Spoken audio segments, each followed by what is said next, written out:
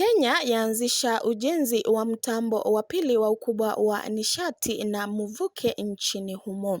Naibu Rais Rigathi Gachagua ameongoza hafla ya uzinduzi wa mradi wa joto ardhi ya shilingi bilioni 20 wa Menengai huko Menengai, kaunti ya Nakuru. Ni mradi wa pili wa kiwango kikubwa cha joto ardhi ulioendelezwa baada ya kituo cha umeme cha mvuke cha Olkaria baada ya kukamilika mwaka wa 2025.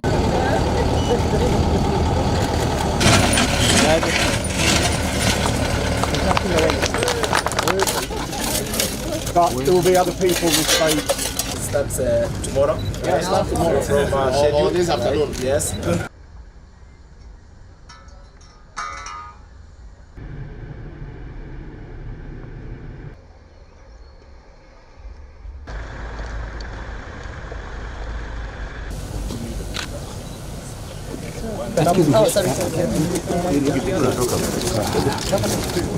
Great day as we break the ground for construction of Menengai geothermal power generation project.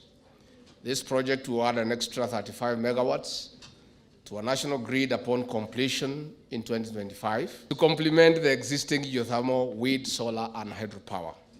We are implementing this project in partnership with Globelec with the support of the African Development Bank to a tune of $145 million. It pushes Kenya closer to our target of 100% transition to renewable energy. Currently, at least 87.42% of our power is green. Geothermal power alone contributes 45.5%